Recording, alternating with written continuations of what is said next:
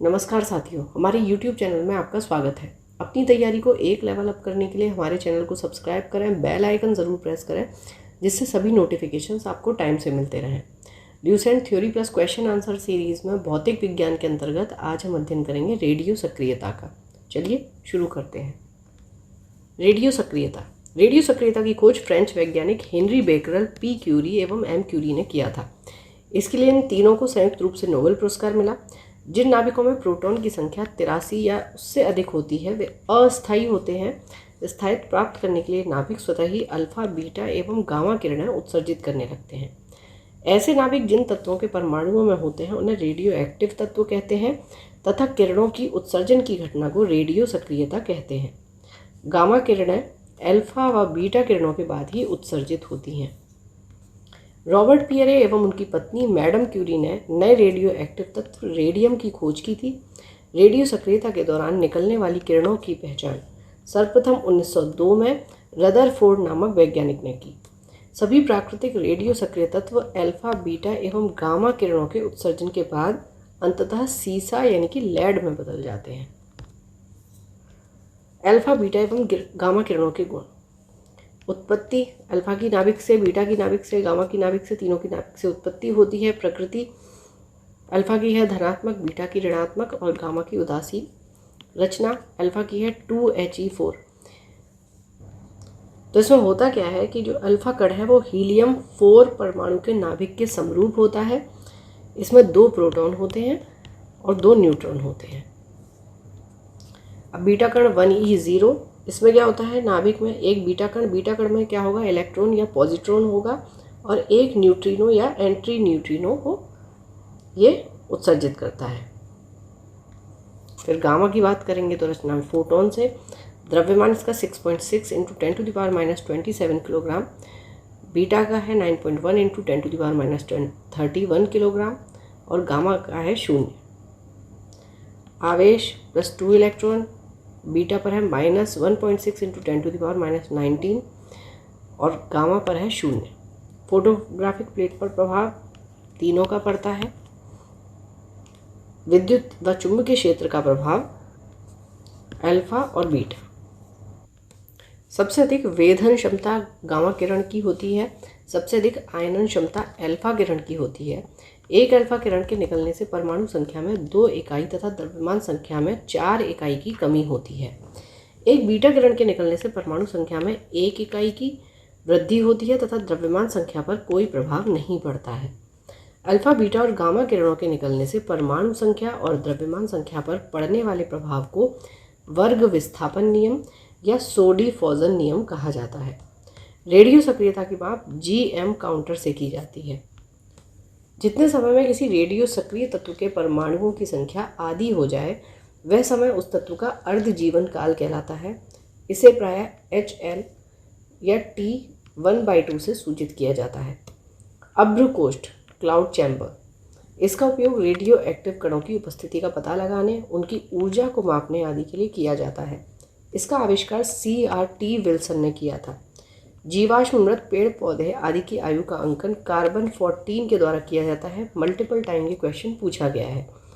इस विधि में जीवाश्म या मृत पेड़ पौधों में प्राप्त कार्बन के 2 समस्थानिक 6C12 और 6C14 का अनुपात ज्ञात करके आयु का निर्धारण किया जाता है। द्रव्यमान ऊर्जा संबंध, मास एनर्जी रिलेशन। 1905 में आइंस्टीन ने द्रव्यमान एवं ऊर्जा के बीच एक संबंध स्थापित किया जिसे आपेक्षिकता का सिद्धांत, थ्योरी ऑफ रिलेटिविटी कहा जाता है। इसके अनुसार द्रव्यमान एवं ऊर्जा एक दूसरे से स्वतंत्र नहीं है बल्कि दोनों एक दूसरे से संबंधित हैं तथा प्रत्येक पदार्थ में उसके द्रव्यमान के कारण ऊर्जा भी होती है। यदि किसी वस्तु का द्रव्यमान m एवं प्रकाश का वेग c है तो इस द्रव्यमान से संबद्ध ऊर्जा जो होगी E = mc² होती है। आइंस्टीन जर्मनी में जन्मे अमेरिकी वैज्ञानिक थे जिन्हें 1921 में भौतिकी में नोबेल पुरस्कार मिला था। सूर्य से पृथ्वी को लगातार ऊर्जा ऊष्मा के रूप में प्राप्त हो रही है, जिसके फलस्वरूप सूर्य का द्रव्यमान लगातार घटता जा रहा है। आंकड़ों के अनुसार सूर्य से पृथ्वी को प्रति सेकंड 4 × 10⁻26 जूल ऊर्जा प्राप्त हो रही है, जिसके फलस्वरूप इसका द्रव्यमान लगभग 4 × 10⁹ किलोग्राम प्रति सेकंड की दर से घट रहा है।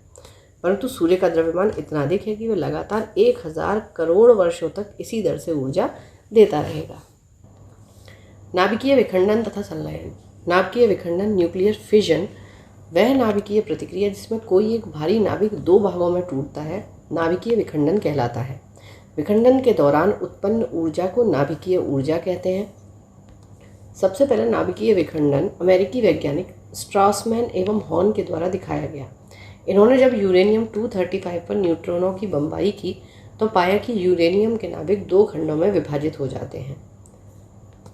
श्रृंखला अभिक्रिया, चेन रिएक्शन। जब यूरेनियम पर न्यूट्रॉनों की बमबारी की जाती है तो एक यूरेनियम नाभिक के विखंडन पर बहुत अधिक ऊर्जा व 3 नए न्यूट्रॉन उत्सर्जित होते हैं। ये उत्सर्जित न्यूट्रॉन यूरेनियम के अन्य नाभिकों को विखंडित करते हैं। इस प्रकार यूरेनियम नाभिकों के विखंडन की एक श्रृंखला बन जाती है और इसे ही श्रृंखला अभिक्रिया कहते हैं।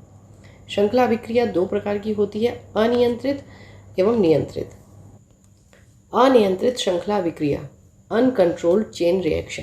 इस अभिक्रिया में 3 नए निकलने वाले न्यूट्रॉन पर नियंत्रण नहीं होता, जिसके कारण नाभिकों के विखंडन की दर 1, 3, 9, 27 के अनुसार होती है। फलस्वरूप ऊर्जा अत्यंत तीव्र गति से उत्पन्न होती है तथा बहुत कम समय में बहुत अधिक विनाश कर सकती है। इस अभिक्रिया में प्रचंड विस्फोट होता है। परमाणु बम में यही अभिक्रिया होती है। परमाणु बम यानी कि एटम बम।